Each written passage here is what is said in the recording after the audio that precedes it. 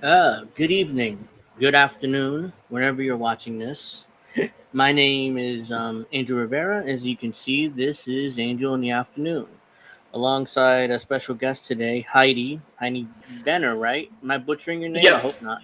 No, you didn't Okay, butcher it. all right. I'm bad with names, so uh, It's okay. I'm I'm glad you're on this week, and we're going to go through some stuff. And how's the heat out there? Because it's hot over Oh here. God, it's so bad. I don't even want to go out half the time. It's bad. It's 90 degrees here where I live, and It's probably at and with least the heat 100 and here. with the humidity is like 102 Sounds pretty accurate. over here. Let me say I can heat index 100 to 104. Okay, yep. So even though it's 90 here, but it feels like 104. Oh But yeah, it's bad. I uh, I showered before the show started. I'm still like hot, so it's like Yeah, it's bad. so. Hope everybody's enjoying their Independence Day weekend. I mean, I didn't do much yesterday, but it's a normal day for me. And keep cool, no matter where you are, because it's hot most in the country anyway. So, and I'm good. We're good. We're good. It's just we're in the Independence Day weekend, and it's kind of difficult. So let's get started. Whoops. Oh no, we're good with the multiple Supreme Court decisions that came down this week. I figured we start there, and then we'll go to whether Joe Biden's going to be removed or he's going to stay on the ballot or not. So that's a whole other drama with the Democratic Party, and there's about to be a civil war within that party. So we'll get to that later in the show. And yeah, so there we go. So let's see. Oh no, we're good. Okay. Oops. Yeah, so let's get started with the decision. Oops. I'm not going to go over this one too much because it's like this is the decision where the courts must independently interpret statutes, not defer to agency interpretations. So just real quick, I mean, this decision back before this decision came down, basically the federal agencies were allowed to interpret laws however they wanted to because it made it easier in the federal courts because the court system wasn't inundated with cases trying to figure out what does these laws actually mean, how to interpret them or how to implement them.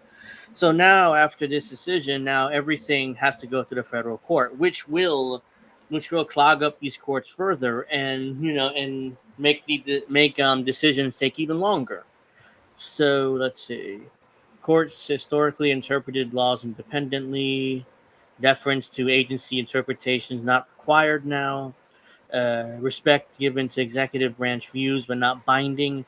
So this is the Chevron decision. If people don't, I'm talking about here. I'm not going to go over this too much. The court overrules Chevron, emphasizing the judiciary's duty to interpret laws independently. So yeah, now there's going to be a lot more cases in the judiciary because this decision came down. So this is probably the smallest one. To me, it's not really a huge deal. But uh, let's see. Let's see. Let's go to the next one, which is the City of Grants Pass versus Johnson decision. This is the decision where homeless people. Let's see.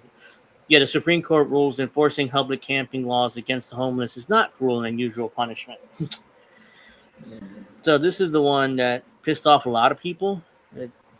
Uh, the Eighth Amendment focuses on type of punishment post conviction, not criminalization or conviction procedures. The Ninth Circuit Martin injunctions have limited cities' efforts to address homelessness and have unintended consequences. Grants Pass is involved in a legal battle regarding its public camping laws and their application to the homeless population. Balancing homeless rights with public safety is a complex issue. I'm just reading out some notes that I wrote down. So, the city sanctions for violating public camping laws are not considered cruel and unusual punishment. Various cities and states supports grant passed petition for senatori, which is some kind of Latin word highlighting the widespread impact of the legal issue.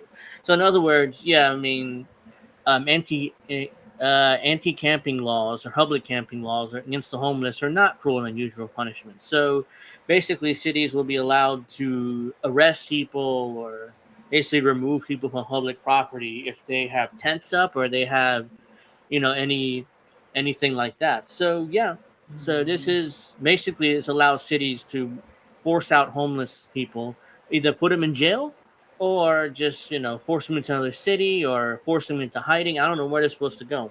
If there's not enough if not enough room in homeless shelters or in public housing, where they're supposed to go. So yeah, so another ruling that screws over everyday citizens, hell, homeless citizens, not even people that have houses. This just keep putting the screws to the American people.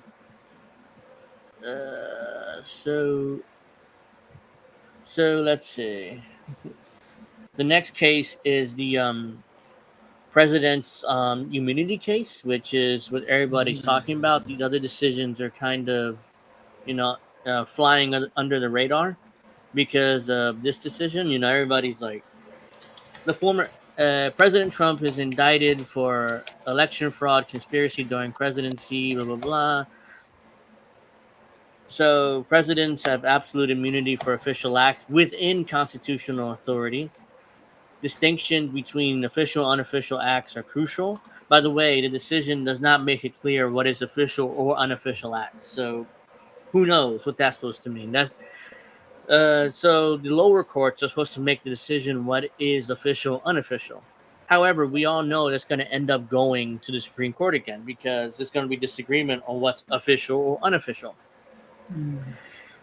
President's immunity necessary to prevent chilling effect on decision making. In other words, the president, can't be scared of prosecution, so they must be given immunity to do whatever the hell they want. Prosecuting presidents for official acts poses greater threat than civil suits. Balancing fair law enforcement and effective executive branch is crucial. Constitution does not support broader immunity claims.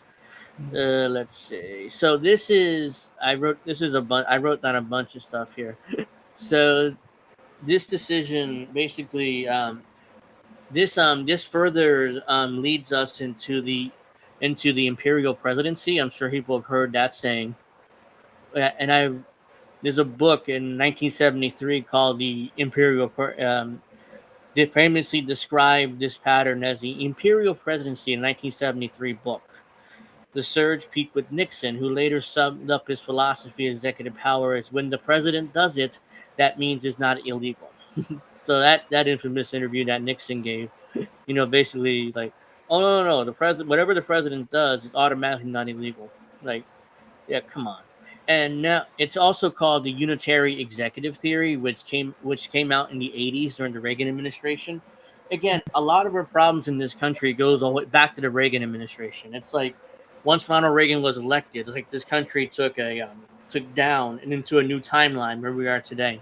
Before Reagan, it was like presidents were presidents, and even though yes, Nixon was resigned from office and he was like a criminal too, but at least Nixon resigned, after he got busted.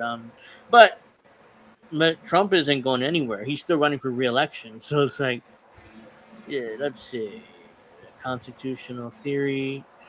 So the six justices who ruled in favor of immunity for U.S. presidents, five of them worked either in the Reagan administration, Bush Senior's administration, or Bush Junior's administration.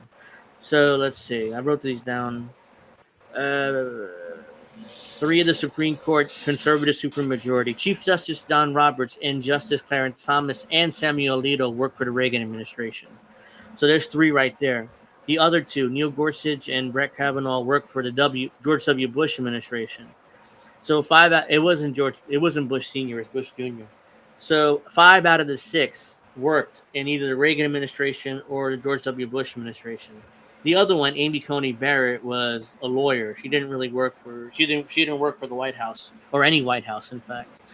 So yeah, this is a continuation and a further into the unitary executive theory, which basically allows the president to do whatever the hell he wants and not worry about criminal action. So yeah, so we have the imperial presidency that was talked about. We got it now. I mean, it's here. It's here. Yeah. Hey, Jacqueline, thank you for joining us. Make sure you give a like if you haven't already. So I think, so yeah, I mean, the Reagan administration and the Bush administration and all these administrations that these Republican administrations is like, come on. It's like, I honestly can't believe that this decision came down as it did. I've said, like, oh no, there's no way they'll give presidents immunity. That shows how much I know, huh? uh, lawyers and Lawyers in the administration developed constitutional theories that would allow Reagan to do what he wanted, even if Congress said otherwise. Among them, for example, was so-called unitary executive theory, which says Congress cannot fracture a president's control of the executive branch by bestowing independent decision-making authority on, say, regulatory agency. So yeah, that's unitary executive theory. Basically, is like I said, that the U.S. presidents are, you can't question them. Congress can't do anything to stop the decision making, etc., etc. So yeah, we have the imperial presidency is here, and it's enshrined by the Supreme Court. And not only that, look, in my opinion on this, the U.S. presidents have de facto immunity anyways. Which president's been Yep. prosecuted for their war crimes? Which president has None. been? None. Going None. back to the beginning of our country's history, none. Not a single one has been prosecuted for their crimes. I can pick them out. Even though Abraham Lincoln, was in the Civil War and stuff, I mean, he took away First Amendment rights. He imprisoned he held political prisoners. He did a lot of like horrible stuff in the Civil War. You can say it was justified, but at the same time, it's illegal. It was still illegal acts. Um, FDR. This is the president that liberals and professional leftists love. Guess what he did? He imprisoned 100,000 Japanese Americans in concentration camps from 1942 up to the end of the war when Harry Truman let him go. So yeah, that was unconstitutional and highly illegal. Nixon did Watergate. He was not prosecuted. In fact, Gerald Ford gave him a pardon. So that's, let's see. Reagan did the Iran-Contra scandal, which Reagan should have been prosecuted, but everybody else underneath him was prosecuted except for him. The president was protected, of course. Let's see. Bush Jr., George W. Bush, with 9/11, failing to protect the country in 9/11. That right there is that's horrible crime. And then Iraq and Afghanistan were disasters. So, Oh yeah. So U.S. presidents don't get prosecuted anyway. So what the Supreme Court did is just made it official. Like, yeah, the president has immunity. This has made it official. And so let's see. All right. So if you haven't already, guys, just give me a like and subscribe and share the stream. Let's see. So Biden. So yeah, those are the Supreme Court decisions. There are at least 3. There were other ones, but I didn't really get around to reading them because I just didn't have the time. So let's see. As everybody knows, there's drama within there's about to be a civil war within the Democratic Party between the Biden administration, the Biden family, and the Democratic Party bosses. Because the party is desperately trying to get rid of the president, but at the same time, the president's hanging. It's like he's digging his heels and hanging on to power. He's not going anywhere. So, in order to force out, they need to force him out. And there's already I've read articles and I read tweets about how they've already decided that Kamala Harris is going to be a nominee. It's just that they're looking for a VP choice for her to make, in order to. So the party is already moving on from Joe Biden, but Joe Biden is, digging his heels and trying. Nope, I'm not going anywhere.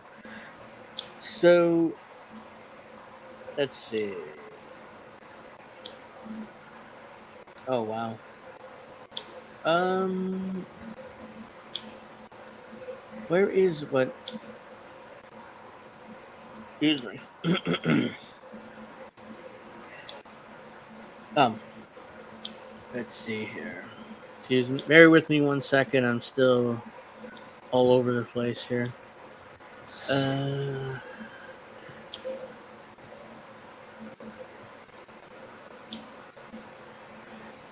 Here we go. So these are Joe Biden's poll numbers are horrific. I mean, he's down by multiple points to Donald Trump. He's probably going to lose his election. So this is the current electoral map based on recent Open Labs polling data. So let's see. This is it as oh no, let me see that works better. Yeah, I mean you can see it. Look at all that red. I mean it's just brutal. I mean all that.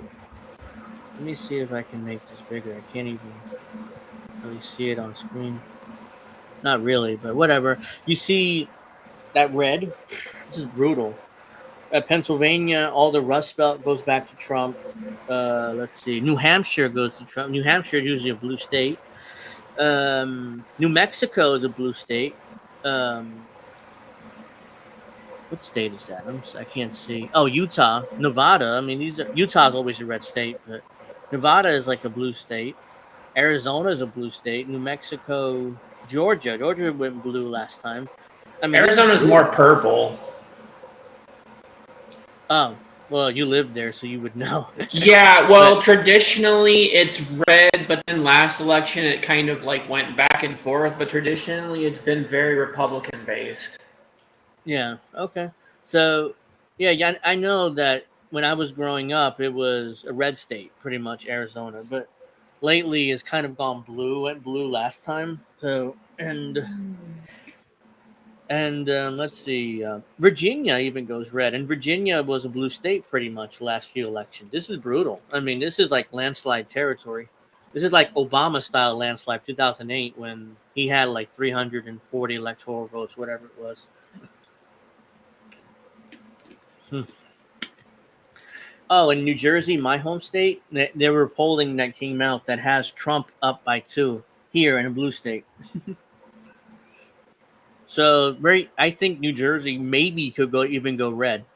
So, and I saw polling that had Trump down by 8 in New York. In New York, by the way, another blue state. In Colorado, Biden's up, but he's up barely. It's like a lot of these states.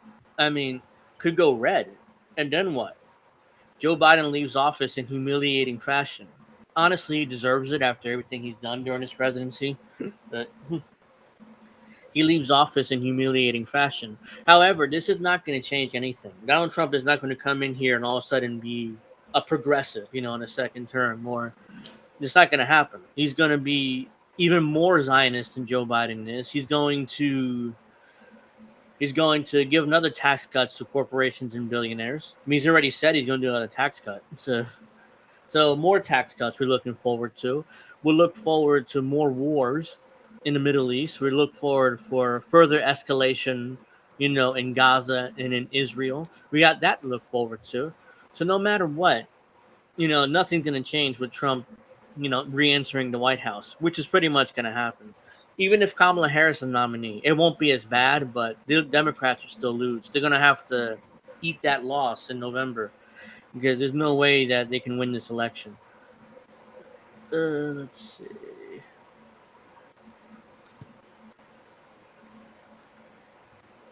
Yep. So if you haven't already, give me a like, subscribe, all that good stuff. Let's let's hide this for a second. Yeah, there we go. Yeah, good. All right, so we have, let's see. Oops. We have more gaffes by Joe Biden. We'll get to that in a second.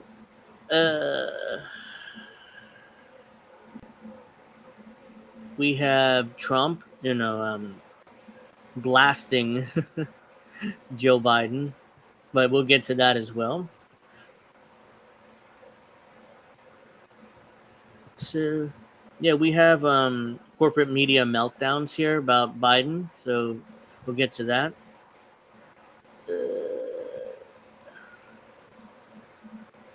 CNN. So this is CNN. They say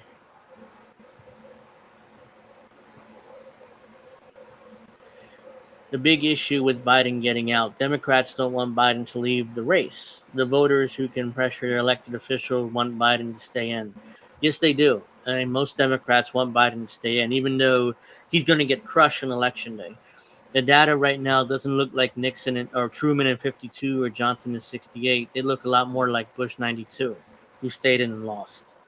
Well, what we supposed? I mean, I digress. What happened in '92 doesn't really matter much to this. I was gonna start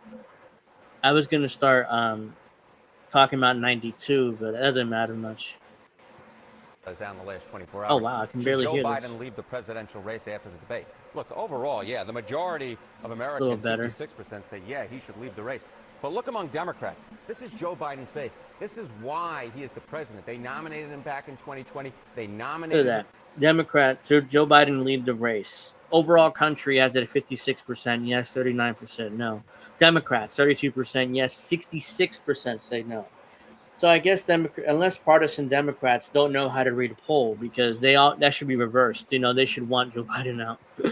Nominated him again in 2024. 66% of Democrats say no, he should not leave the race. And of course, it's going to be these Democratic voters who put the pressure on their members of Congress, their governors, the elected officials, party actors to try and get Biden to leave.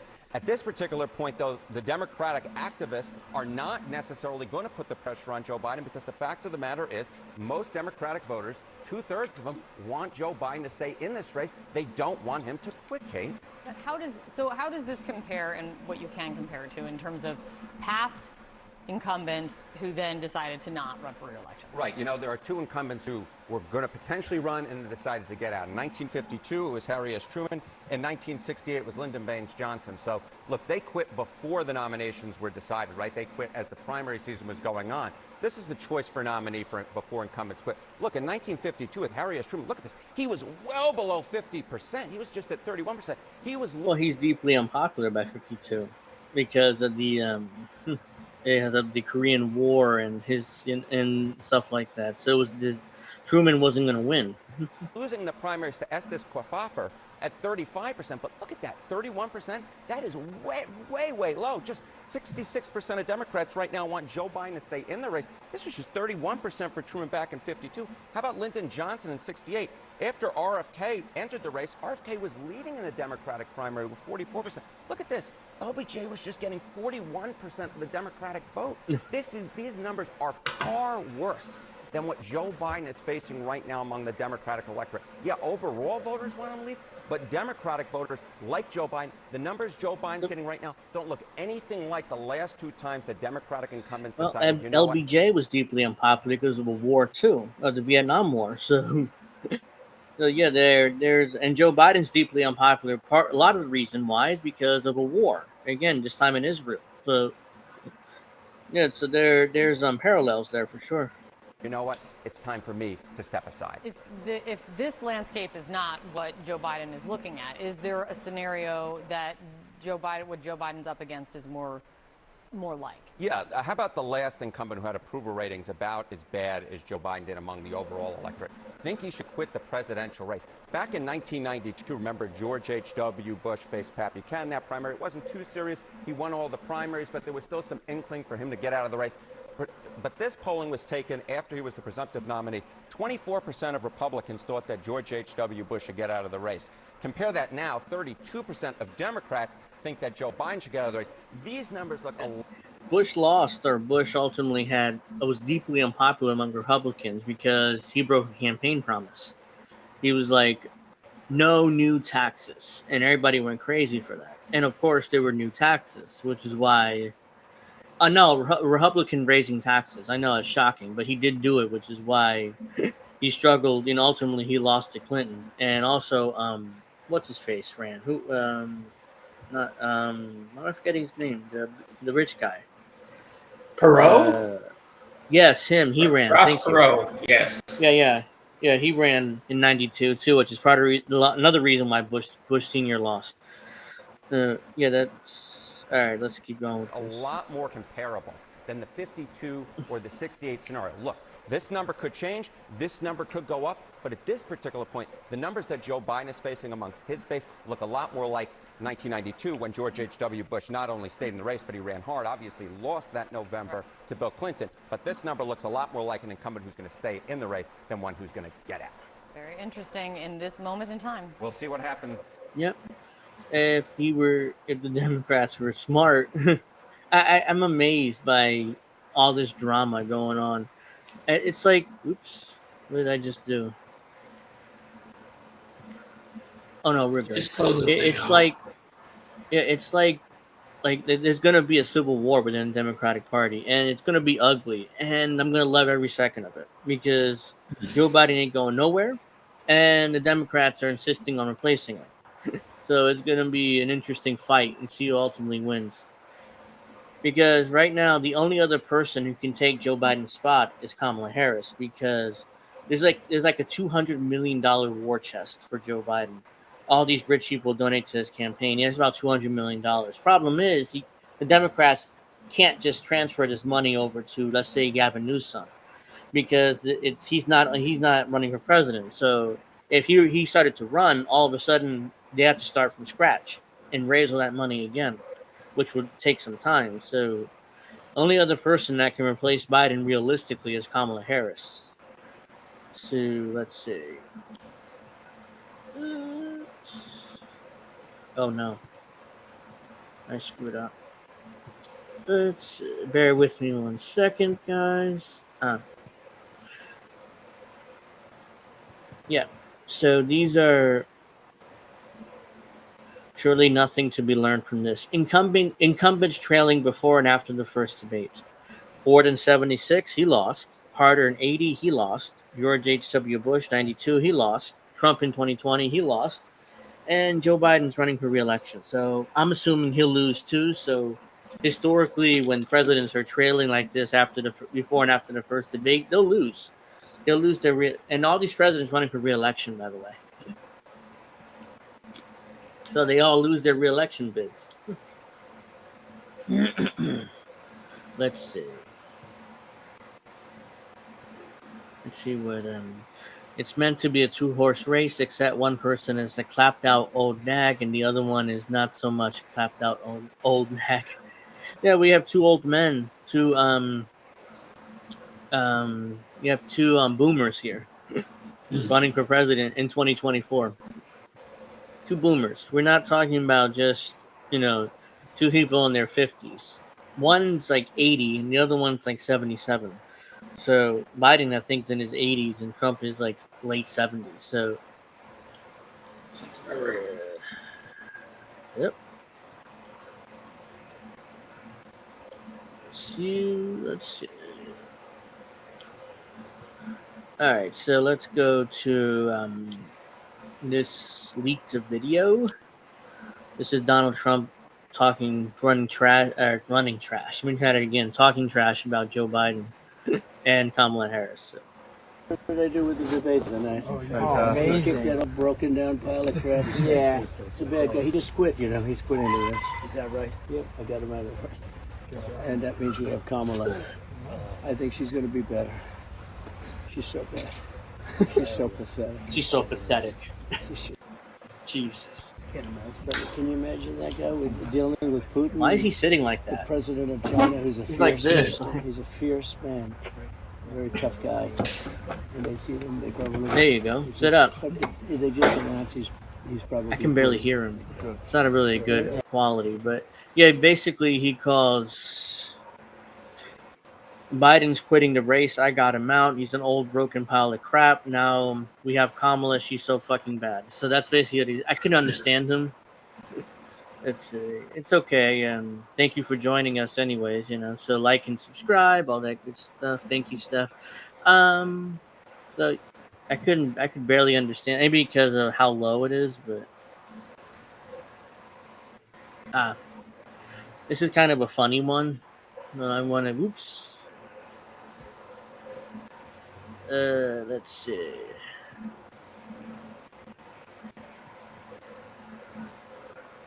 You know what? I gotta do. This ain't working. Let's just do that. No, that's not working. It's too small. So this is Joe Biden in one of his many gaffes lately. So thank you. So thank you all. God bless you all. Let's go lick the world. Let's get it done. So thank you all. So it's down the bottom. It says, so thank you all. God bless you all. Let's go lick the world. Let's get it done. This is after the debate. So this is not before the debate. It's after. So here comes some more Joe Biden gaffes. I'm like, oh no, old man. This is bad. And he just said go lick the world for no reason. And I don't think he realized it.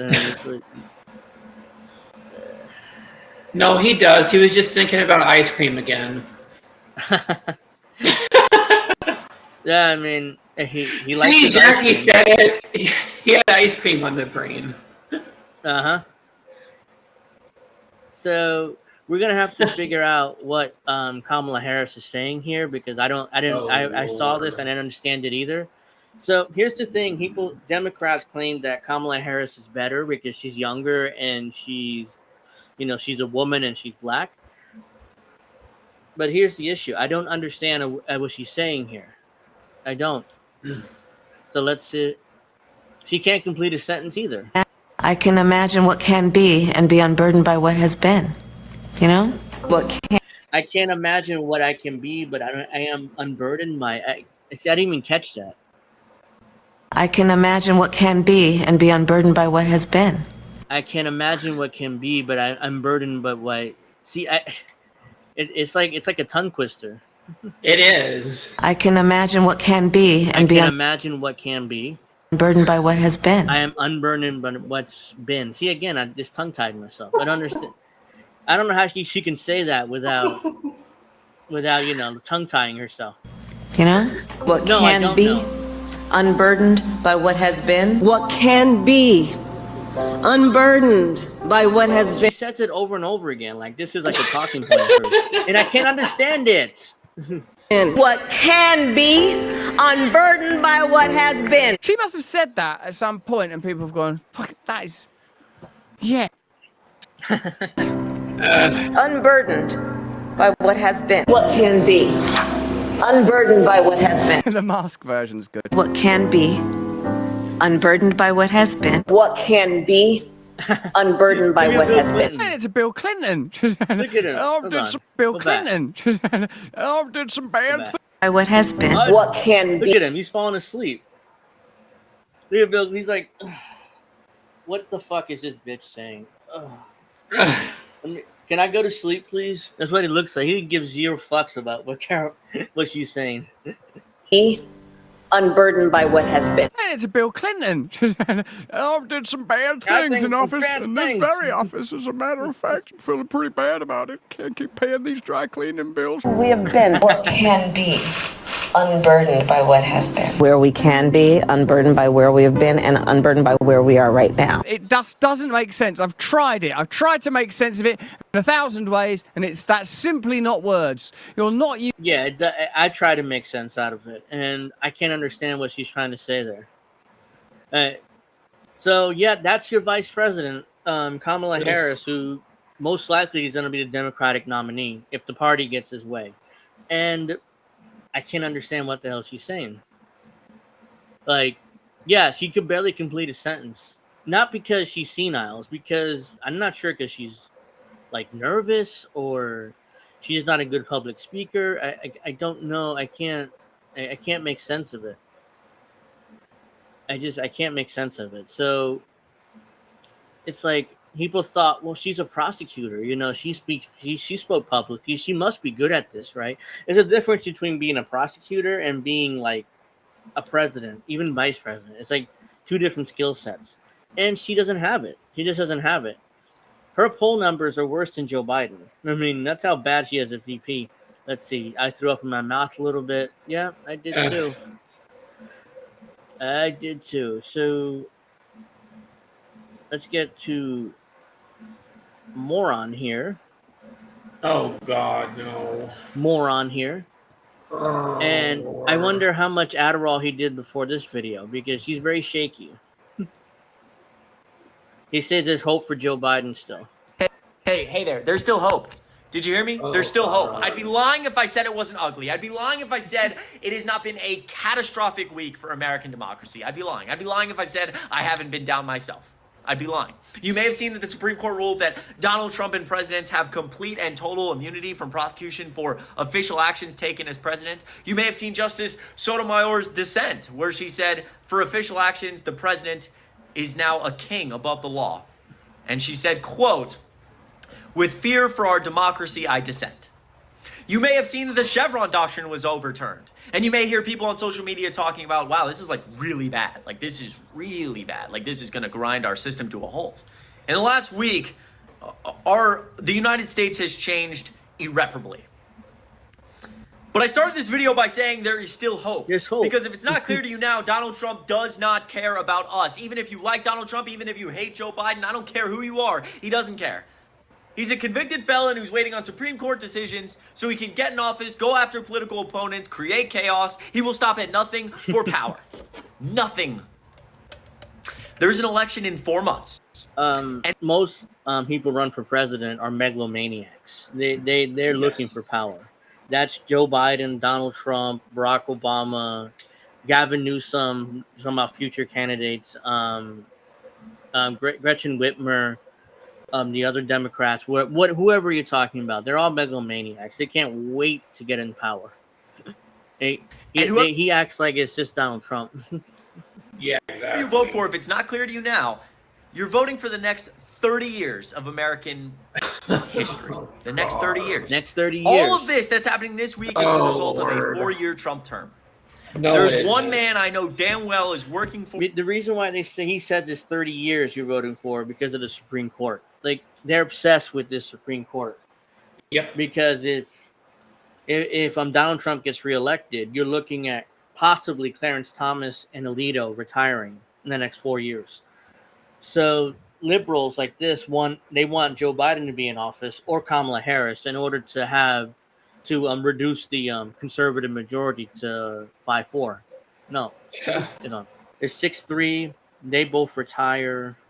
Yeah, 5-4, and they're looking for, even though it's still a conservative majority, but because they're afraid it'll be 6-3 still for the next 30 years because the John Roberts is still pretty young. And who's the other one? Kavanaugh and the other one. Why am I forgetting? Amy Coney Barrett.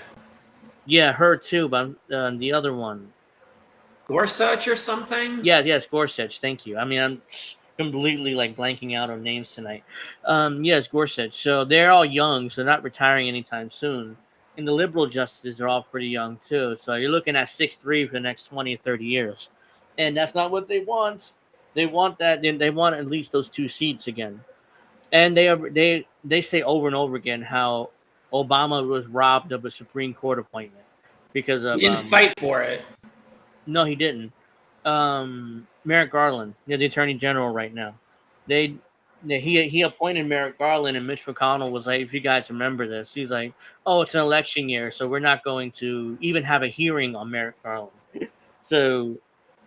And Obama did nothing. He just let it happen. He's like, it's for political reasons, because they thought, look, if you elect Hillary Clinton, then Merrick Garland get that seat because she would reappoint Merrick Garland, I'm sure.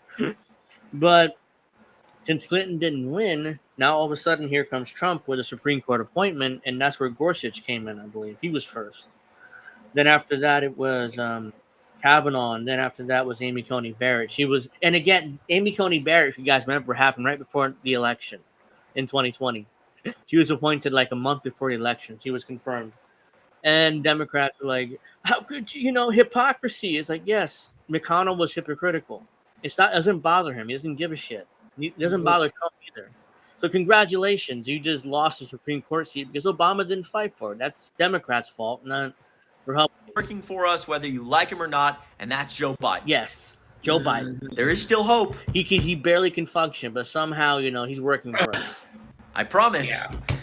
Let's get her done. Was that a Larry the Cable Guy reference? I didn't know this kid is old enough to remember him. I'm surprised this kid old enough to remember him or to even know who he is. Let's get her done. Stupid. I noticed. It's just talking points from the party. I noticed he didn't mention SCOTUS ruling concerning the unhoused. Of course not, because he doesn't care about that. I mean, it's just anti-Trump rhetoric, like, oh, Donald Trump could be a king now. You guys know that, right? It's like, yeah, except that. Aren't they all like that already? Yeah, basically, U.S. presidents are above the law, basically, and they always have been. Always. Mm-hmm. Even the one you would assume you would prosecute, Nixon. What happened? Gerald Ford immediately gave him a pardon, like I talked about earlier. So yeah, there's no reason to, even though he's the one that probably would have been prosecuted, but of course, here comes Gerald Ford, which I'm sure was part of the informal, unofficial agreement, which is why Gerald Ford was appointed VP. Because when Nixon had to resign, I'm sure there was an agreement behind the scenes, like, oh, you're going to pardon Nixon, okay? It's like, oh yeah, of course, I'll pardon Nixon. Just make me president. I'm fine with that. So yeah, Nixon got his pardon. He never went to jail, and then he gives that interview in the 80s, basically saying, "Oh, excuse me. Well, if the president does it, it's automatically legal," or something like that. I'm like, yeah, that's what he believes in. Let's see. This is MSNBC. If the president, let's see. So, is President Biden considering leaving the race? No, you've heard this in his own words. No. He is not considering. He is the president of the United States. He is the person, the American people, Democrats who voted in all 50 states in the primary. That is who they want to be their nominee. He is the nominee for president of the United States, for the Democratic Party. We can't go against the will of the voters.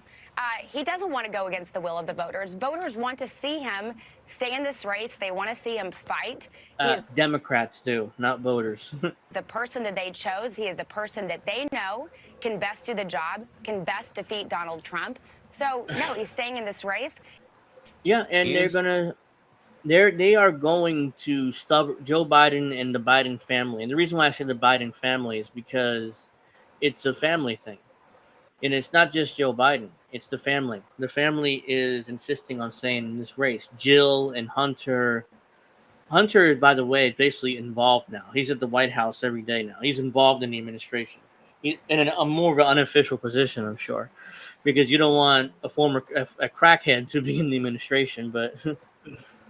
yeah, I mean, so the Biden family is very selfish. Do they really care about their father or husband? I don't know. I don't think so. No. I mean, they just care about the power that the presidency, entitles to. Yeah, that's all they care about. They don't care. Let's see. Nice shirt. Oh, thank you. I found this at the bottom of my drawer. Because I just grabbed the T-shirt from the bottom. Oh, wow, I haven't seen this T-shirt in a long time. I forgot I had it. And you want some Alfredo? Okay. Well, I cooked fettuccine Alfredo today, and I put it on Twitter, X, whatever it's called now. So, yeah, so that's, that can be arranged. So we have political ads to go through. Donald Trump can never hold this office again. So that's the point of this ad, because of the immunity decision.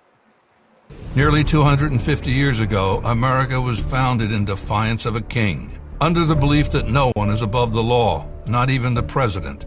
Until now.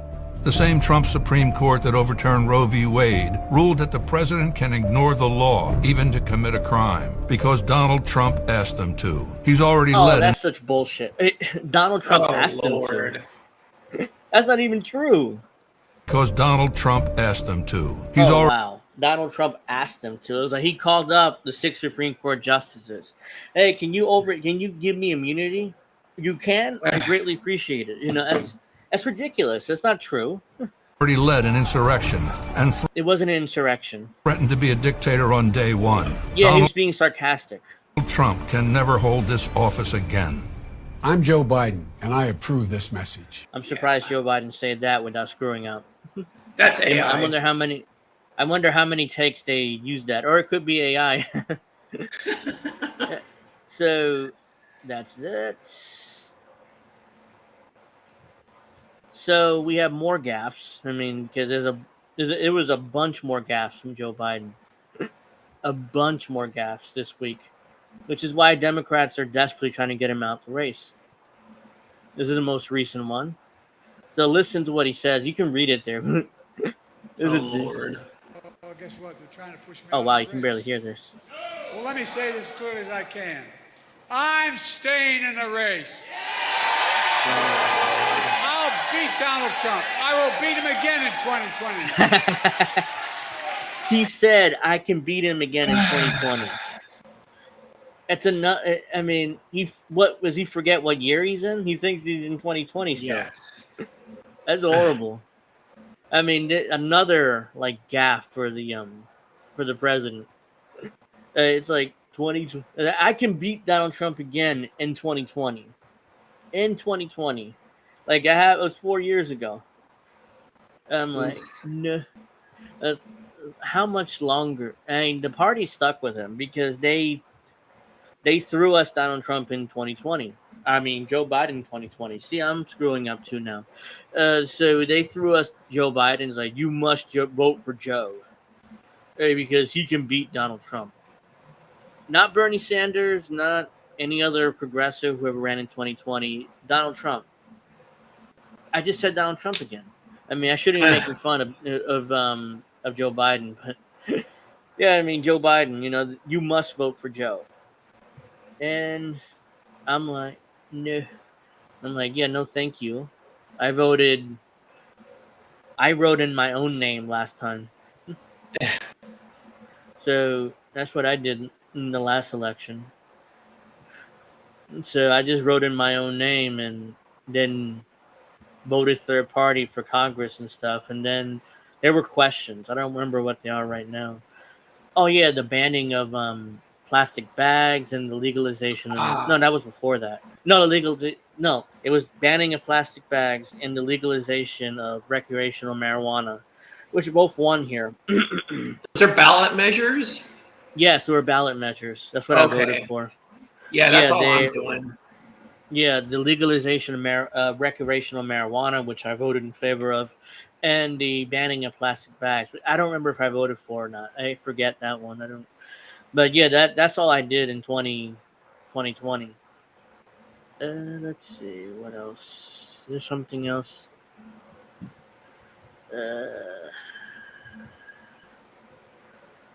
So let's see what I forgot. They probably use a recording of Biden's voice from years ago, or most likely decades ago. That could be it too, Jackie. I mean, that makes sense. You know, they use an old clip of Joe Biden saying that he approved this message. It has his approval. So let's see. This is MSNBC. MSNBC asked Americans outside the Supreme Court and the Capitol, what do they think of the Supreme Court ruling that former President Trump has some immunity from prosecution in federal election interference case? So it's not just Donald Trump; it's all presidents. They act like this is just like a Donald Trump ruling because that goes into their narrative. Like, yes, Supreme Court, you did this for Trump, not for all U.S. presidents, even though they did it for all U.S. presidents. They made the de facto immunity that I've talked about on this show and X official. That's all they did.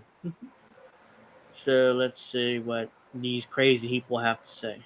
I believe they did the right thing. Oh, Otherwise, Trump guy. it could have opened up a can of worms to, anybody sitting in the Oval Office would have to worry about their political enemies coming after them, like Joe Biden is doing to Donald Trump. The decision was just outrageous. It seems as though we have an imperial court that is solidifying an imperial presidency. They gave him everything but the crown. Well, as long as you're protecting each president that's in office for their tasks and roles and responsibilities while they're in office, I think is the most important Trump thing. supporter, I would guess. Yeah, I'm okay with that. It should not be like just because he was a president, he gets special treatment for what he has done to America. How dare... Again, it drives me crazy because all U.S. presidents get special preferential treatment. I mean, they act like it's just Trump. No, Obama didn't prosecute Bush. And again, I was a lot younger. This is 2008, 15 years ago at this point. And when I voted for Obama, I think even Obama may have said this once or twice, that they were going to go after Bush in prosecutions. And I'm like, oh yes, I mean, our torture and everything he did in tongue-tied myself, leading up to 9/11 and after 9/11 in Iraq and Afghanistan, he deserves to be prosecuted. As soon as Obama's elected, what does he do? We look forwards, we don't look backwards. That's when I knew that I was tricked. Right there, right after he was elected. He was president. He wasn't even president yet. He's president-elect. And I knew that I had been duped. I knew right there. Right before, even before it was inaugurated. I'm like, we look forwards, never backwards. That's not what he said during the campaign. That's not what he said at all. I mean, he said kind of, that yes, we would go after Bush. He's elected president. He's a part of the club. It's like, oh, we look forwards, we don't look backwards. So yeah, that's what I knew I was tricked, and I never trusted Obama again. Here, the justice system let him get away with all the things he's getting away with. Those 6 conservative judges are an arm of the RNC and the GOP. You hope that they would do what was right, but they didn't. I believe So these are like half Trump supporters, half Democrats, Of course, the Trump supporters tell me that what about the BBC radio host who suggested that Biden should have Trump assassinated? A clumsy and stupid way to point out the flaw in the Supreme Court ruling. He's not the only one, whoever that was. Kyle Kalinske also kind of suggested this. Will Stansel. Yep. A lot of them are saying, well, Trump should have Biden should have Trump assassinated. What? I mean, they're allowed. The president is above the law, right? I'm like, yeah, assassinating political opponent is still illegal. Like, you can't have somebody killed. That's not what the Supreme Court was talking about. I mean, I'm sure if Donald Trump ended up dead of a bullet in his head, the first person they'd look at is Joe Biden. I mean, he's the president. He's a political enemy. It doesn't mean they'll prosecute Joe Biden. I'm not saying that, but that's the first person they'll look at. Because again, presidents, they don't touch each other. But yeah, I mean, it's not the only one that suggested it. Kyle Kalinske, Crystal Ball, I think might have said something to that effect. I don't know who else because I don't really watch these online liberal professional channels anymore. The reason why I know about Kyle is because it happened to come across X. Somebody clipped it out and basically said, "Oh, look at Kyle, just flippantly saying that Biden should have Trump killed," it was flippantly. It's like, oh well, it wasn't like it was like a flippant comment. Oh yeah, I mean, what? I mean, the Supreme Court gave the president, immunity, so Biden should have Trump killed. I'm like, no, these people are psychopaths. They're straight up psychopaths. They're just Democrats that care about, defeating Trump. And if that means assassinating him, they're cool with it. They're absolutely cool with it. And let's see here. Let's see. Yeah, it was. Oh yeah, I mean. So let's see. We have virtue signaling now from the White House. In particular, Joe Biden. Let's see whether he screws up, because I want to see this. And I may need to turn on my lights soon. It's getting dark. Oops. Okay. President Biden responds to today's SCOTUS ruling on presidential immunity. So we're going to get virtue signaling from the president. Any president, including Donald Trump, will now be free to ignore the law. So let's see it. The presidency is the most powerful office in the world. It's an office that not only tests your judgment, perhaps even more importantly, it's an office that can test your character. Because you not only face moments when you need the courage to exercise the full power of the presidency, you also face moments where you need the wisdom to respect the limits of the power of the office of the presidency. This nation was founded on the principle that there are no kings in America. I didn't understand what he said. Each of us is equal before the law. No one is above the law, not even the President of the United States.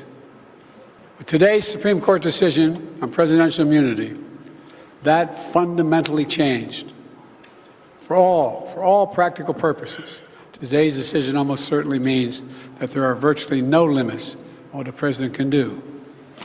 This is a fundamentally new principle, and it's a dangerous precedent, because the power of the office will no longer be constrained by the law, even including the Supreme Court of the United States.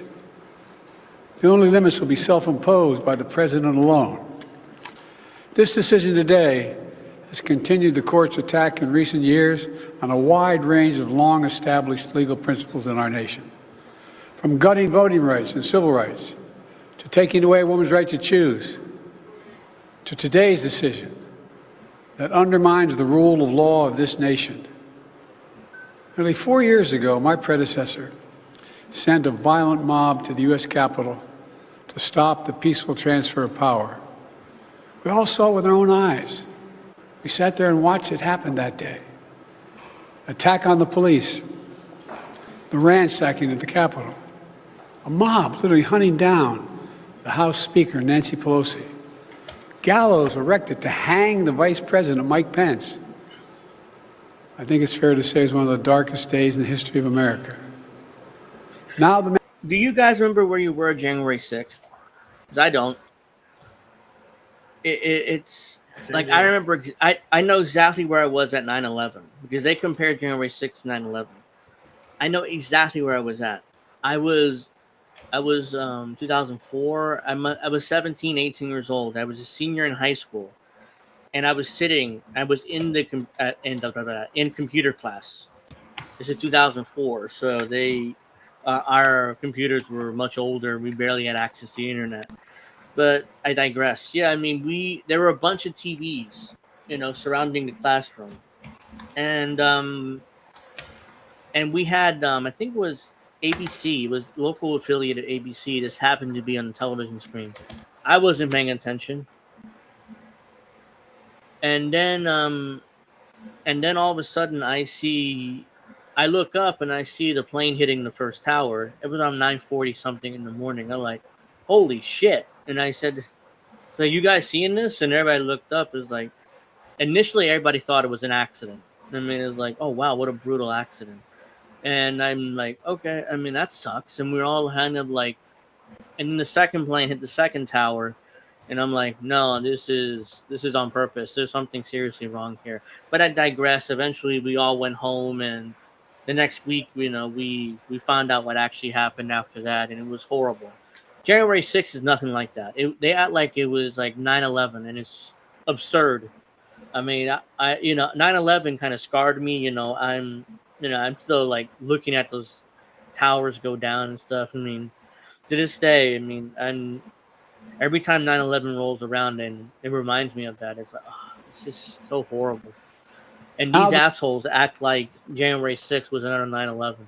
It's outrageous. The man who sent that mob to the U.S. Capitol is facing potential criminal conviction for what happened that day. And the American people deserve to have an answer in the courts before the upcoming election. The public has a right to know the answer about what happened on January 6th before they are asked to vote again this year. Now, because of today's decision, that is highly, highly unlikely. It's a terrible Now you did a decision. I didn't understand what he said there either. disservice to the people of this nation. So now the American people have to do what the courts should have been willing to do, but will not. The American people have to render a judgment about Donald Trump's behavior. I can't understand. The American people must decide whether Donald Trump's assault on our democracy on January 6th makes him unfit for public office in the highest office in the land. The American people must decide if Trump's embrace of violence to preserve his power is acceptable. Perhaps most importantly, the American people must decide if they want to entrust the president once again, the presidency, to Donald Trump, now knowing he'll be even more emboldened to do it. If they want to entrust the president once again, They want to entrust the president once again. Dude, you're the president. to Donald Trump, now knowing he'll be even more emboldened to do whatever he pleases whenever he wants to do it. You know, at the outset of our nation, it was the character of George Washington, our first president, to find the presidency. He believed power. We all, or not all of us, but most Americans venerate the founders. Here's the thing: they were all slave owners for the most part. Washington was a slave owner, so we all venerating these founding father U.S. presidents like they're like godlike figures in this country, and they're all slave owners. So it's like, okay, so we all venerate, or at least we're supposed to venerate these especially Washington. And it's like, oh yeah, but Washington was a huge slave owner. I mean, Mount Vernon was full of slaves. That's how Washington was able to farm that land, because it was huge. Mount Vernon's huge. Power was limited, not absolute. And that power always resides with the people. Always. No, it doesn't. Now, I mean, that's just virtue signaling, because people have no power. Over 200 years later, today's Supreme Court decision. Oh, that's not true either. 200 years ago, the only people allowed to vote were wealthy landowners. If you didn't own any land, you couldn't vote. So again, that's not true either. Once again, it will depend on the character of the men and women who hold white wealthy landowners. Sorry, I mean, to make that clear. That presidency, that are going to define the limits of the power of the presidency, because the law will no longer do it. I know I will respect the limits of the presidential powers I have. No, you won't. No, he won't. That's why. But any president, including Donald Trump, will now be free to ignore the law. I concur with Justice Sotomayor's dissent today. Here's what she said. She said, in every use of official power, the president is now a king above the law. With fear for our democracy, I dissent. End of quote. So should the American people do. Did he just? You're not supposed to say "end of quote" when in the teleprompter. Of course, it's just letting you know. It's just letting you know that that's the end of the quote. Instead, he's like "end of quote," like he read "end of quote." You're not supposed to read that part. He will, because everybody knows it's the end of the quote, because that's what it says. I dissent. That's it. That's the end. You don't need to say "read end of quote." People dissent. I dissent. May God bless you all, and may God help preserve our democracy. Thank you. May God protect our troops. Oh, Lord. May God bless you all, and may God help preserve our democracy. Thank you. May God protect our troops. At the end there, he said, like, I don't know what he said. So, yeah, gibberish at the end there from the president, and he's virtue signaling, because I dissent. Okay, so what are you going to do? Are you going to try to reverse this decision? Are you going to try to pass legislation, do something? No, because you love having that power. Now, no president's ever going to reverse this precedent again, because they all have basically have unlimited power, and now it's official, pretty much. So so you're not going to do anything. I don't want to hear your virtue signaling. I don't want to hear your virtue signaling at all. So that's the president of the United States stumbling his way through a response to that Supreme Court decision. And Donald Trump will be free to ignore the law, and like that includes Biden is already doing. Yeah, he's yeah, exactly. I don't know that. I mean, it's like it's all Trump, all Trump, all Trump. You know, it's his fault. Everything is his fault. Remember that. So this is talking points from Democrats now. So POTUS, ow, just cracked my neck somehow. POTUS has said he's staying in the race.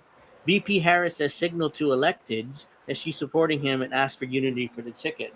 By the way, the only reason why she's doing that is because she doesn't want to be. She wants to act coy, like she doesn't want the nomination. Meanwhile, there was an article out saying she was mad. Her people were mad because they were. I hope that music goes away. Okay, looks like it did. What was I saying? Yeah, I remember Harris. Harris has to act like she doesn't want to be president. She doesn't want the nomination because, she doesn't want Democrats to get mad at her, or the voters. I mean, so she has to act like she's behind Biden when we damn well know she's not. She wants to be president. That's why she ran in 2020. Stop spinning narratives. Stop dividing the party. The top of the ticket is united, and we should be too. Biden's a nominee. Period. So yeah, that's the talking points coming from Biden supporters or Biden. Biden elect. What? Biden. Biden. Talking heads. Let's say because that's not the exact word I wanted to use, but these are hacks. She's another hack. Another young person, by the way. She's 21, that girl, and she's somehow Joe Biden supporter.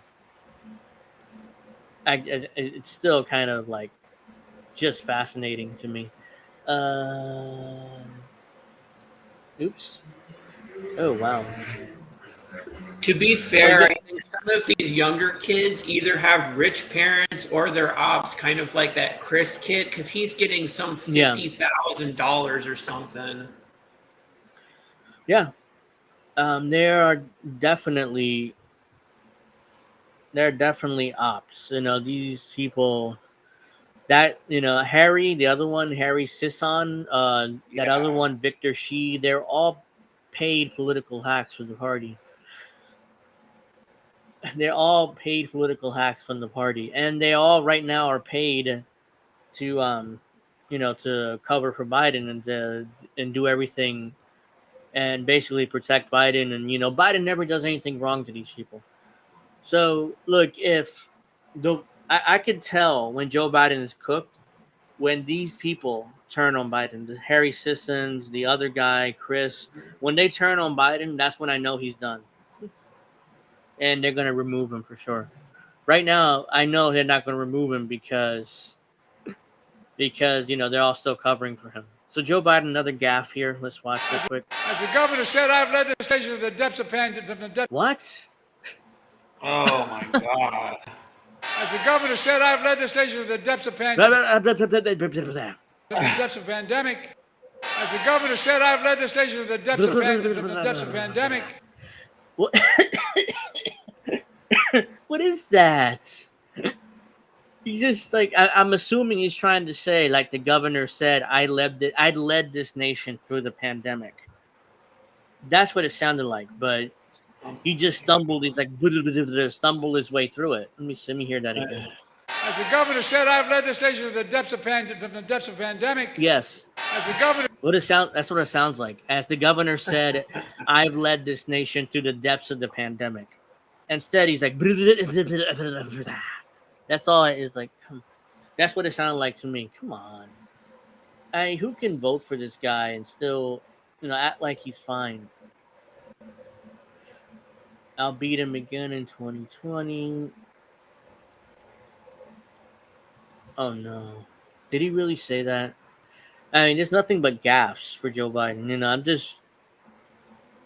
It's just gaffe after gaffe. And this after the debate, too, which is why the donors are very angry. Because they didn't know he was sick or that he had these mental issues. And, of course, they knew. I don't believe, like, Ari Emanuel and Abigail Disney, like they didn't know that Joe Biden had these issues. Of course they know. They have to know. Ari Emanuel was the powerful Hollywood executive, and Abigail Disney is the granddaughter of Walt Disney. So they're both extremely wealthy. So let's say I'm going to come in the overflow room. Did he really say that? I hope not. Okay. Overflow room. He did say that, and I'm glad. And I got to cut that off because of the music. Anyways, 5 That's seconds. kind of fake. These days, I don't know because it looks fine. These days with the deep fakes, I don't know. I mean, but it looks real. Let me just get rid of that. Joe Biden mistook the 4th of July for Christmas. Oh yes, this one. This one. This is another bad one. And this is all after the debate. So it isn't like this is before. It's all after the debate when people, this narrative is out that Joe Biden is, senile. Biden! And we give thanks to our Commander-in-Chief, the President of the United States, the extraordinary President of the United States, Joe Biden! Extraordinary and over-the-top ass-kissing by Kamala Harris. It's like, in her brain, she's thinking, I hope this motherfucker dies so I can become president. That's what she's saying. And that over-the-top ass-kissing is obvious, the phoniness of that. Ho, ho! Ho, ho, ho! Happy Independence Day! He confused Christmas for 4th of July. That's what that was. Nobody says ho, ho, ho in Happy 4th of July. Nobody says that. Oops. It's just ridiculous. Nobody says that. Who says that? Nobody. No, we don't need to see Hunter Biden smoking crack. No, thank you. Yeah, I just came across it here. It's like, what? I mean, no, that's not appropriate for YouTube or any social media for that matter. What? Oh, we kind of have breaking news here. I don't know how true this is, but this literally, we have kind of breaking news here. I just came across this on X.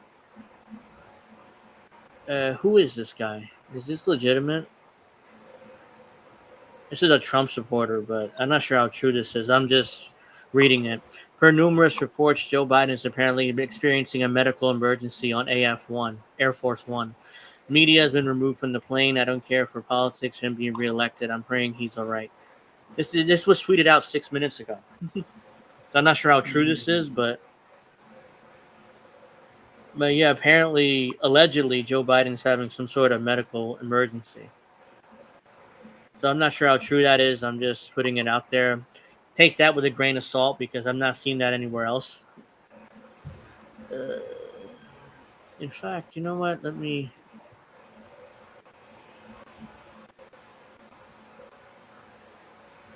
Oops. So I'm not sure how true that is because, again, that's some Trump supporter. I'm not sure whether that's some kind of... Because I'm not seeing that anywhere else at all. I'm doing the show, so obviously I'm not looking through my Twitter that much. Oh, come on, just load for me. Oh, of course, something went wrong. Oh my god. Screw that. Please reload.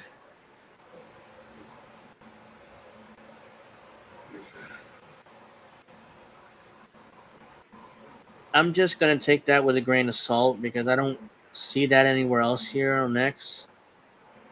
Oh no. Apparently it's real. Hold on. Breaking: Biden's reportedly experiencing a medical emergency on Air Force One. This is another right-wing outlet that's, claiming this, but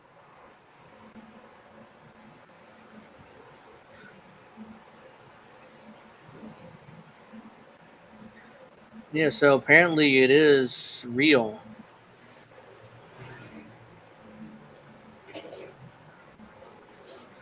Again, it's just conservative outlets reporting it. I don't know. So this is, I don't know what's going on and why nobody else is really reporting this.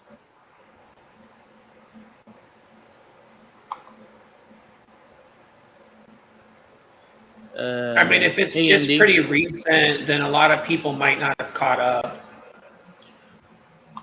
Hey, Andy, and thank you for joining us here briefly. Why is this not loading? That's crazy. Yeah, I mean, your that's Twitter probably what's not going loading? on. Yeah, even though it's loading here on my phone. Oh, huh. President Biden is experiencing a medical emergency on board Air Force One, serious enough that the White House press corps has been removed from the plane. Something serious is going on here. So we got some breaking news here.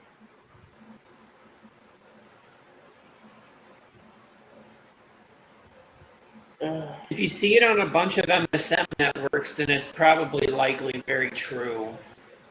Yeah, that's what I'm looking for. Whether mainstream media is going to report this or not, because I haven't seen it yet, and I'm kind of my Twitter still isn't loading here for some reason.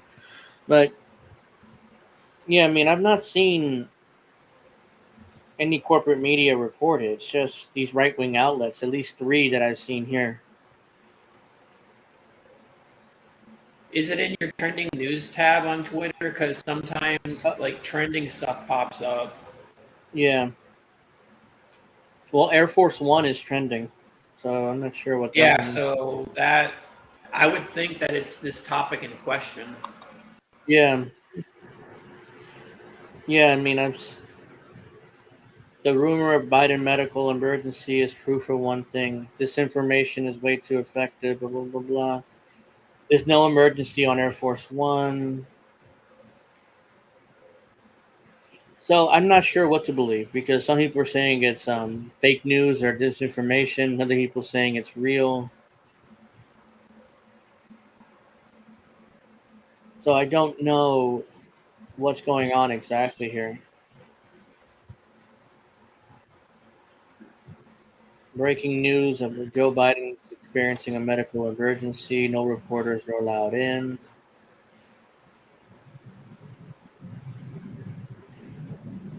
Again, it's just I'm trying to confirm the story. It's probably bullshit, I have to guess, but because or else the media would have reported this by now if it was true. Like the MSN media would have reported on this by now if it was true. Because a lot of them allegedly got kicked off the plane. So this would be something that they would immediately go to their phones and tweet about, and would be all over Twitter by these mainstream media outlets. But unless they're purposely covering it up, yeah, I I'm not wouldn't put seeing it past anything. them. Yeah, that's exact. I wouldn't put. That's why I'm saying it's probably BS. But is the media probably? I assume the media report it by now. But if not, then yeah, my Twitter for whatever reason it's on my computer is not loading at all. So that's why I have to look on my phone. But yeah, it's probably bullshit. There's nothing but right wing outlets and Trump supporters that are claiming this. So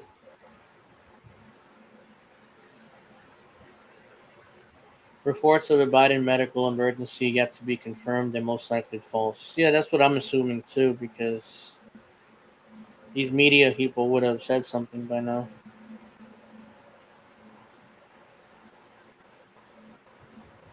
Oh, looks like it's finally loading.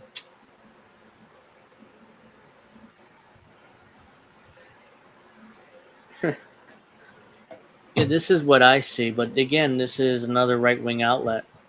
This is what I read from earlier. President Biden is experiencing a medical emergency on board Air Force One, serious enough the White House press corps has been removed from the plane. So, Come on, I just noticed it here on the computer. That's obviously AI generated because it doesn't even say Air Force One here. It says the Biden plane. I can't even. That's definitely AI generated there. As the intelligence community decided it's time to replace President of the United States, as it did with JFK or Nixon's administration, they are concerned with Biden removed from office. Yeah, I mean, most likely this is bullshit. But still, I mean, I'm curious to see this is actually real or not. Because if it hasn't been reported by now, I'm just going to assume it's bullshit. And I'm just going to move on from it.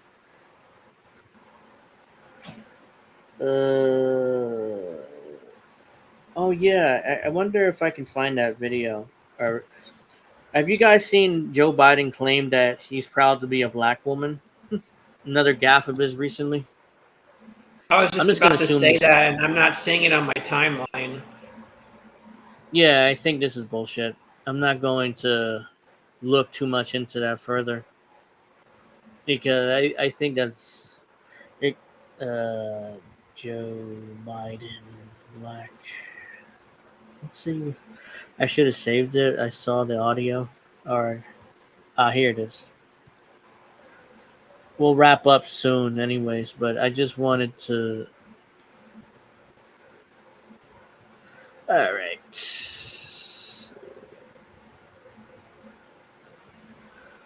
Joe Biden announced on a Philadelphia radio station that he's proud to be the first black woman to serve with a black president, causing many listeners to be confused.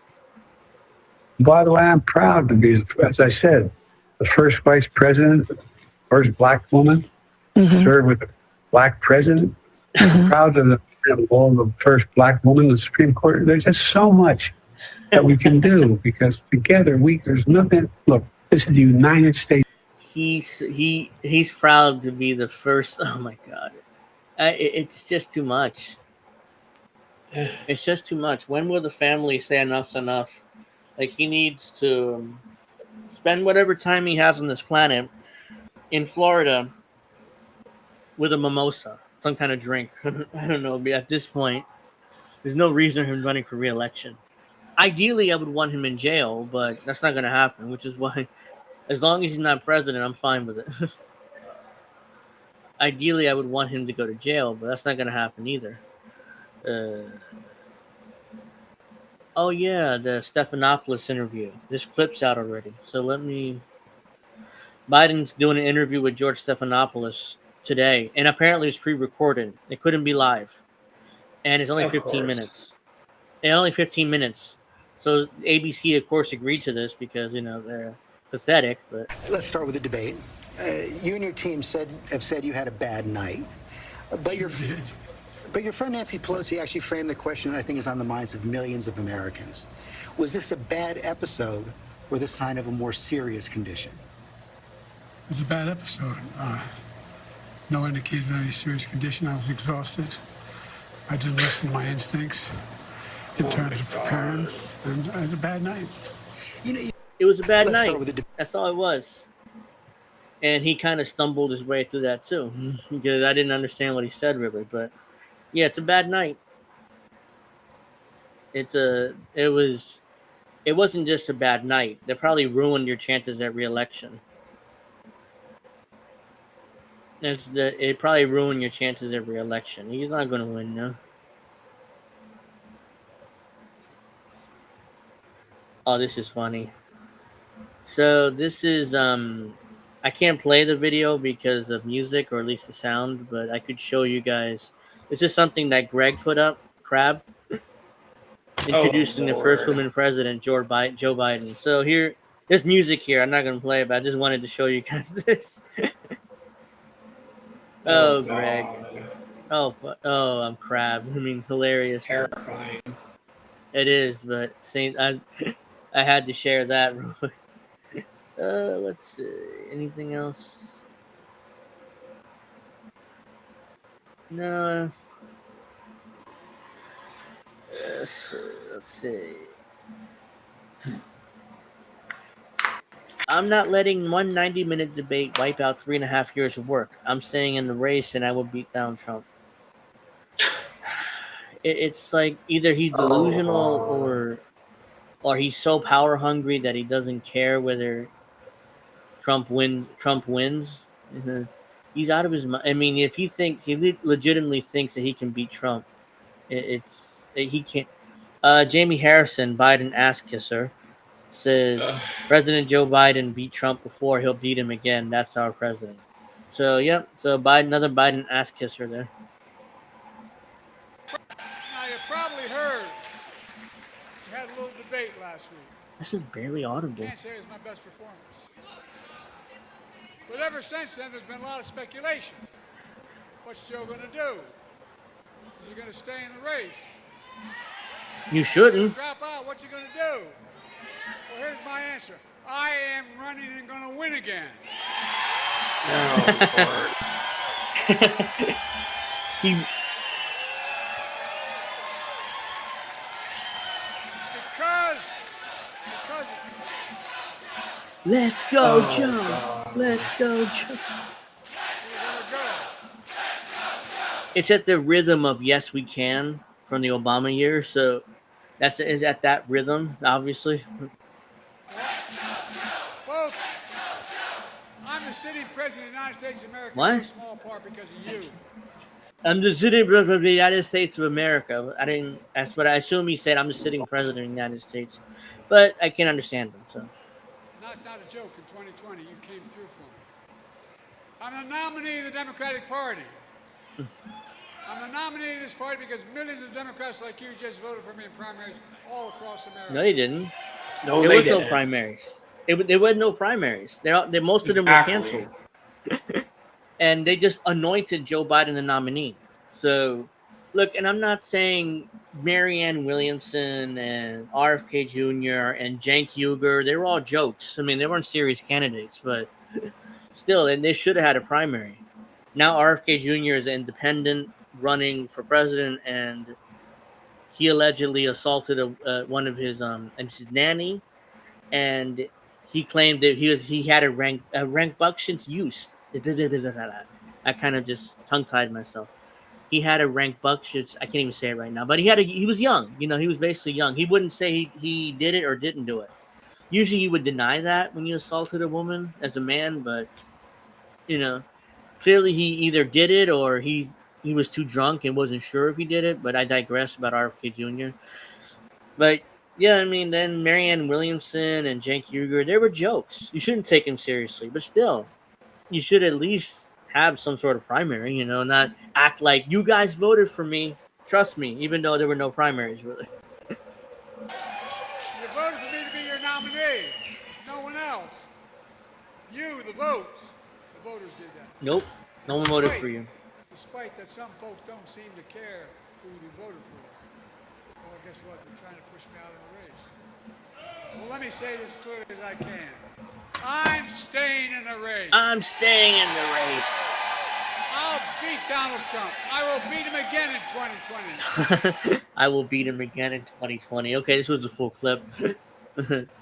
Yeah, dude, you already beat him in 2020. It's just 2024 now. You're running for re-election. By the way, we're going to do it again in 2024. There you go. I learned long ago, when you get knocked down, you get back up.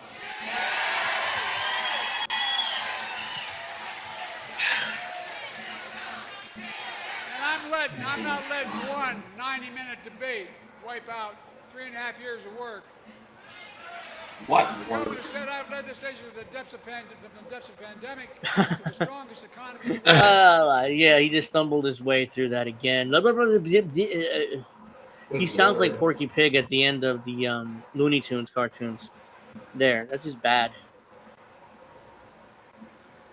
When's the interview releasing? One time, I think right now. Right now, because there are already clips up on Twitter or X. I already seen clips up there, so they're releasing the interview now. Again, Joe Biden's having a medical emergency on board Air Force One, another right winger. So if you please give me a corporate media outlet, even I don't trust them, but at least they're there, you know. Yeah, exactly. Okay, so there's a community note saying the White House press poll verified Joe Biden landed without incident, as scheduled in Wilmington, Delaware. So yeah, it's bullshit. So yeah, this is on those Twitter community notes. So yeah, I didn't buy I don't buy it. So inco. So no, I can't stream it because I'm about to wrap up. But here's another clip of it. This is bad, folks. We have to be honest with ourselves. How bad is this? I have to play this now because this just has to be bad. Did you ever watch the debate afterwards?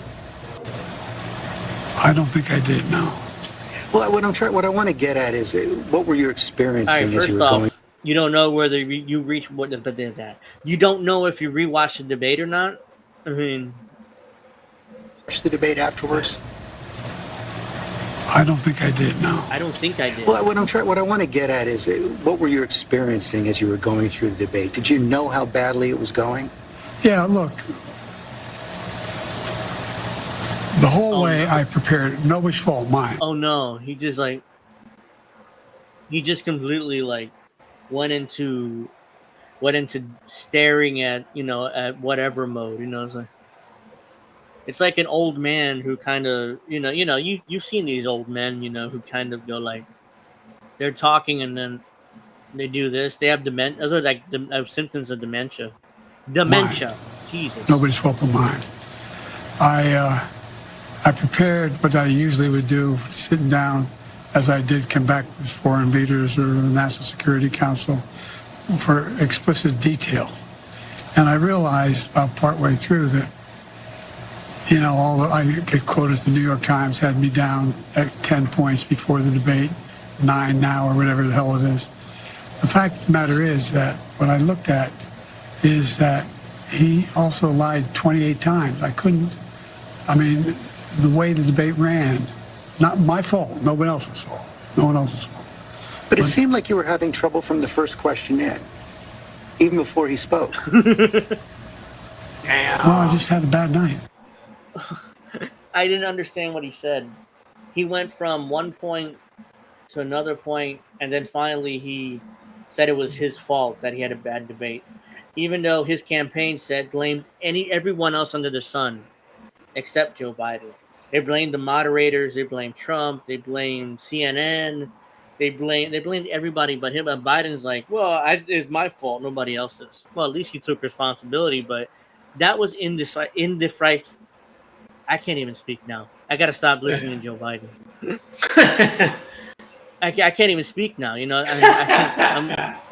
gotta stop listening to Joe Biden. I can't speak. So yeah, 6:35. So yeah, I'm gonna wrap up now, guys. I want to thank you all for watching and liking and subscribing and supporting the show. I'm gonna be back next Friday at 7 Eastern as usual. So I want to thank everyone for watching, and I'll see you guys next week, next Friday. Again, I can't speak. Oh, have a nice weekend, everybody. Did you want me to do my thing really quick? Yeah, we're still on. Go ahead. So, for anybody that's watching, I have asked Indy, our founder, if I might be able to run. It's still part of INN, but it's going to be separate, and me and Himbo will be doing it, but I'm going to do 98 to 99% of the work, and Himbo will have his thing. So Himbo's already got his gaming, but we're probably going to turn that into an INN gaming thing. But what I'm mostly going to be doing is running a segment at least once a week, probably a Saturday or Sunday. Haven't decided yet. I got to make a logo, and all that other stuff. I'll essentially be reading video game news, just that, at least to start with, and then Himbo will probably get an INN gaming logo instead of his regular logo. And then I don't know if we will also be doing maybe a thing where INN members can get online and we can stream play Switch games against each other, PS5 or something. I don't know. For the most part, Indy has approved it. He talked to Himbo, and he said Himbo is down with the idea, but Indy doesn't really have to do any of the work except maybe repost some of my things from Substack or something. But I want to open up that because I've been doing some social media outreach for the network. That's been my position here. But I told Indy that I felt bad because I wasn't doing enough to try to promote the network. But if I have something that's also part of INN but leads back to the news side of things, because a lot of gamers are very apathetic or apolitical or anti-political or whatever, it could pull gamers into the network, and then that could also help like our outreach. But I do hope that people will start tuning in for like the INN gaming stuff, which like I said, I'll be doing the majority of that, like 98, 99% of that. If people have ideas for things they want to see, I'm down for suggestions, but all of this probably won't be happening for another week or two. Not sure how long it's going to be, but it's going to happen soon enough. Okay, that's great. I mean, because I'm a gamer too, but I don't really have time to play because because I'm A lot life. of stuff. But Yeah. but yeah, I mean, I'm a gamer. I think I have a PS4 over there which I don't use, and I have PC. So I have a bunch of games on my Steam which I never play again because stuff gets in the way. But yeah, I mean, that's really exciting. I mean, that's a good, I think that is a good idea, maybe to get gamers in here and maybe expand the network that way. That's really good idea, I think. Yeah. So yeah, looking forward to that. I mean, you said what, a week or two before you would see some content? So I want to try to work on like an actual like a same type of INN logo, but make it say like INN gaming. And then, like I said, me and Himbo will probably be doing like video game news, and we can get other INN people to like come on if they want to like comment about games that they've been playing or games that they're looking forward to.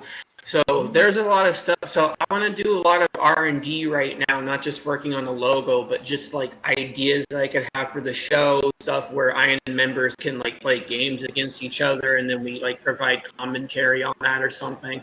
There's a lot of ideas that I can like toss around. So maybe that's why I want to take like 2 weeks or so, because I want to make it be like a good experience for everybody that's already tuned into our network.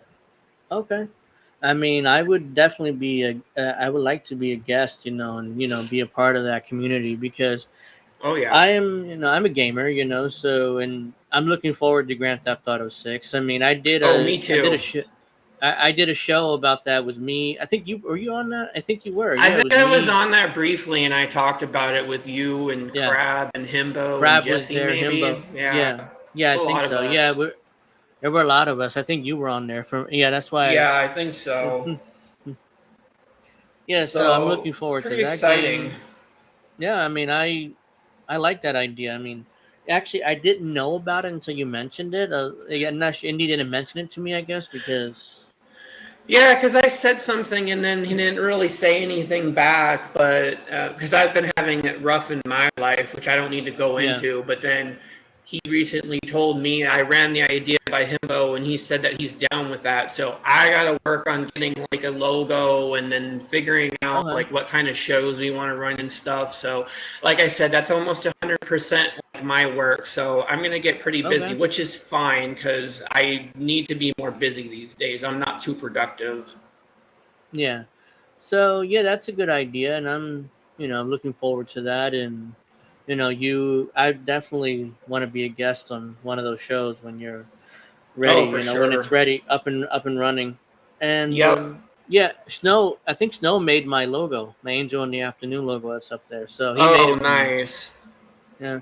So he's good at logos, So if you need help with that, he should be able to help you. Yeah, I'll probably run it by him since it's going to be me and his thing mostly. Yeah. All right, so now that's breaking news again. I mean, we're going to do some gaming stuff. I'm excited for it. And want to thank everybody for watching, and I'll see you guys next Friday at 7 o'clock Eastern. Same place, same time, same area, the same place. Yep. Have a nice week. And don't forget, everybody, to tune in to Himbo's stream tomorrow. I don't know what he is doing, but you can check the schedule. I know, well, he's obviously doing the PC stuff. So, Yeah. and then your wrestling show is tomorrow. I know that. It's Sunday now because I'm not being able to do it Sunday. tomorrow. Okay. Yeah, this week is Okay. Sunday at 7. But usually it's Saturday at 8. Yes, Pro Wrestling Talk. Thank you for reminding me to promote that because I forgot. Yes. All right, so thank you very much for joining us, everybody. We'll see you next week. Pro Wrestling Talk is Sunday at 7. It's usually Saturday at 8, but yeah, this week is at 7